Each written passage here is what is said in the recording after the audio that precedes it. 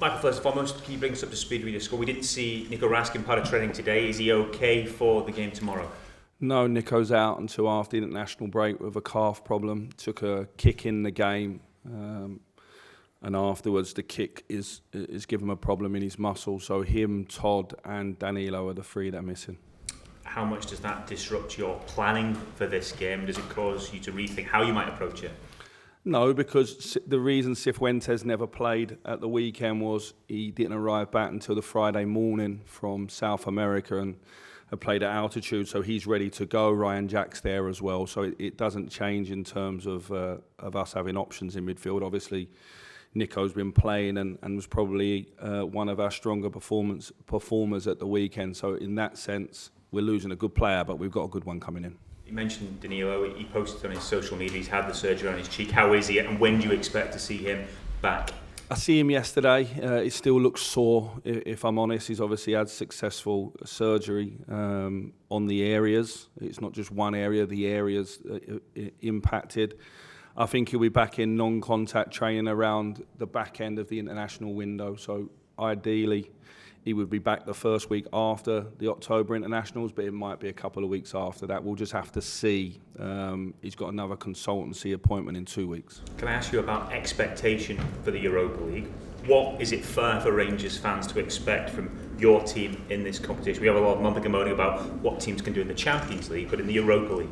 One game at a time. We need to get out of the group and get to knockout phases, and then we'll see as we go. As I say, one game at a time. And it's a good group that we're in. Two teams that won their championship last year. Obviously, Real Betis was 6th in La Liga and they won their group last year with Roma unbeaten. And obviously, Roma went to the final. So they've showed their pedigree in the competition. I think they've recruited well in the summer. So, listen, it's a competitive group, but we're expected to get out of it.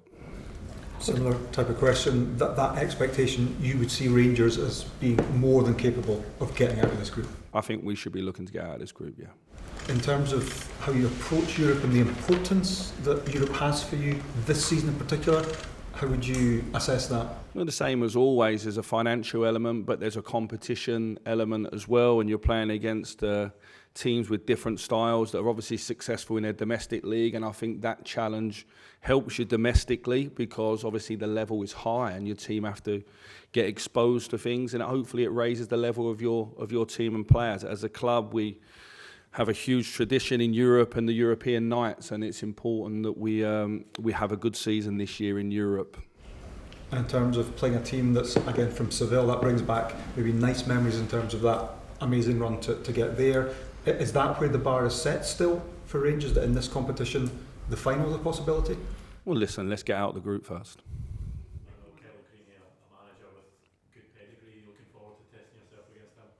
Yeah, for sure. Listen, he's a lot older than myself. He's a lot more experienced. He's worked at some of the biggest clubs in the world. He's at a very big club now, and they're a good team. As I say, last year they went away to Roma and won. They drew at home. They won that group unbeaten. So the year before, they were knocked out of the Europa League by the eventual winners as well. So they're a good side, and we'll have to be at our best.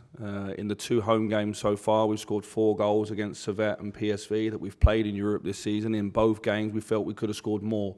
So it's important that we take the game to Betis as much as we can and try and create them problems. We had a heavy defeat at the weekend, albeit a very good Barcelona side. Is there anything you can take from that game? There's a lot of changes in their team, so I don't know why that was in terms of injuries or just rotation after the international break. So there's not too much. I take a lot more from the game against Villarreal and the game against Atletico Madrid in the weeks previous, where they put in strong performances. It's been a tough start to the season for a lot of Scottish clubs in Europe this season. How much additional pressure do you think there is on Rangers to deliver some European success when you think, as you said, you are expecting to get out of the group when other teams might not be in that same position? Well, we're not doing it for Scotland, we're doing it for Rangers.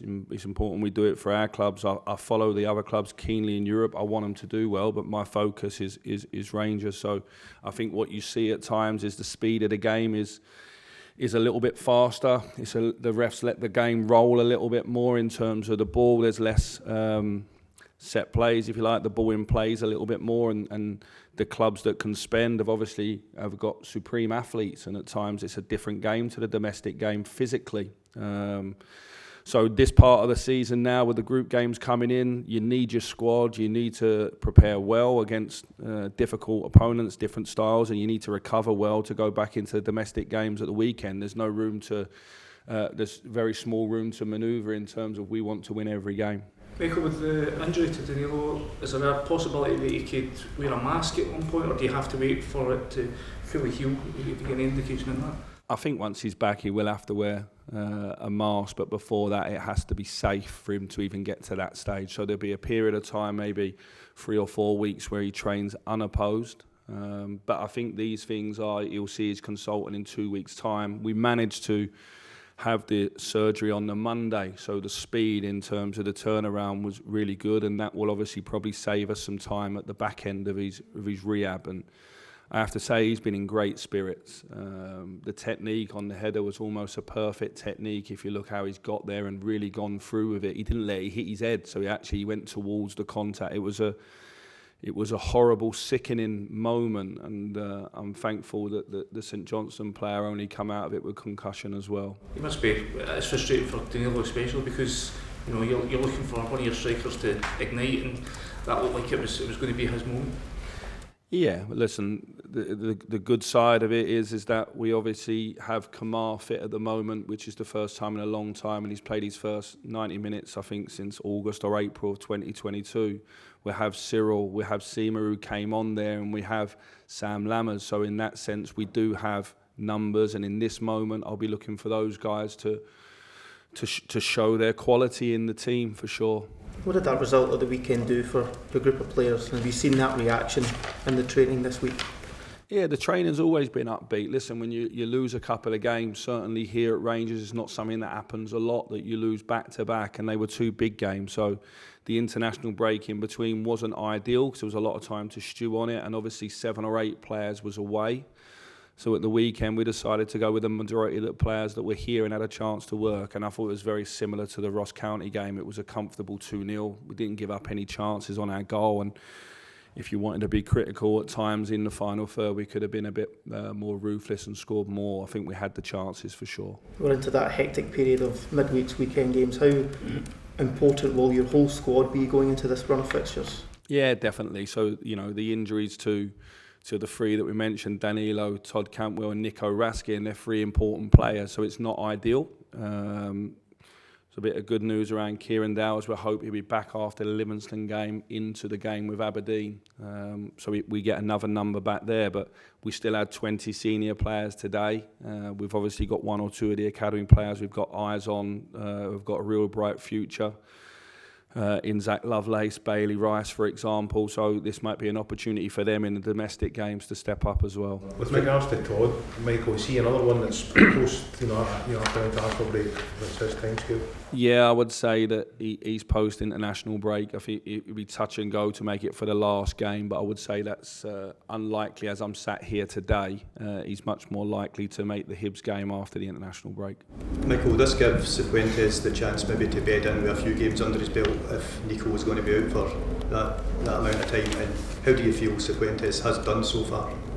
Well, I think he came in very late. I thought in his first couple of games he did some really good things. He fantastic cross against Sept, which should have been an assist. He had one also against Livingston where the defenders made a fantastic block from Cyril Dessers. So he's been unfortunate in that. And then he's been away on international duty. So this is his moment. He's been here for a while now. I said it recently that, you know, the new players have been here long enough now. He was the last one to come in, but I still think he's ready to go.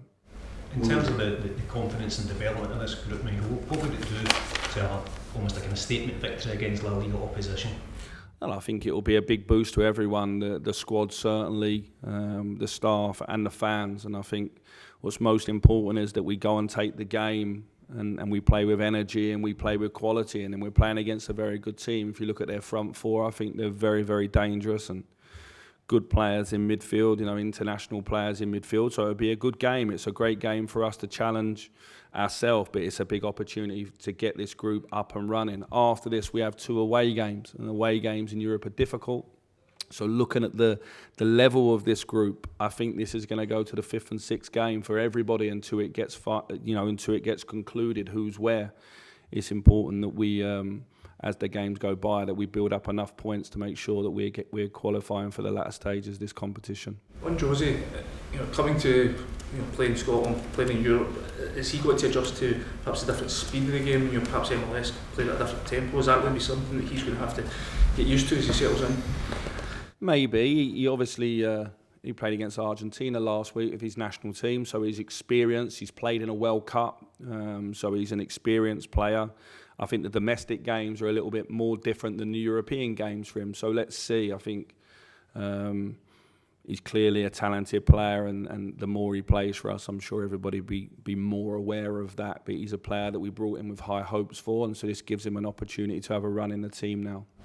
How much are you looking forward to these big European nights, especially in this competition? There were some incredible nights at Ibrox, and are you hoping for the same kind of thing, which can maybe get that energy and momentum that you're alluding to there?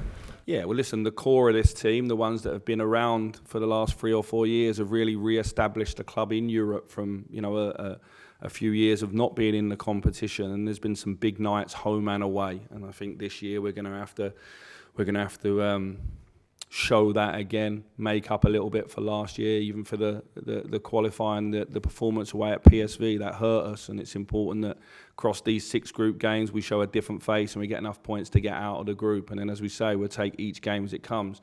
We're not looking past, as I say, 2 champions in this group and a team that was 6 in La Liga that won their group last year. So we know it's a competitive group, but we're looking forward to it for sure. What kind of reaction do you expect the Ibrox crowd might cause the first game there since the Celtic defeat? I think they'll be behind the team. They show that every week. They support us. I thought the fans were excellent at St Johnstone at the weekend. There was, they cheered the team off. They clapped them off. So I think they want to see their team go after Real Betis, and we'll do that as best as we can. They're a good side. Players like Isco in there and the Jose Perez, we have to be careful with some of their attacking players, but the most important thing tomorrow is that we come off that pitch and we're talking about Rangers players. That's the aim for everybody. As I say, it's a real high quality game. We're looking forward to it. We have been since the draw came out.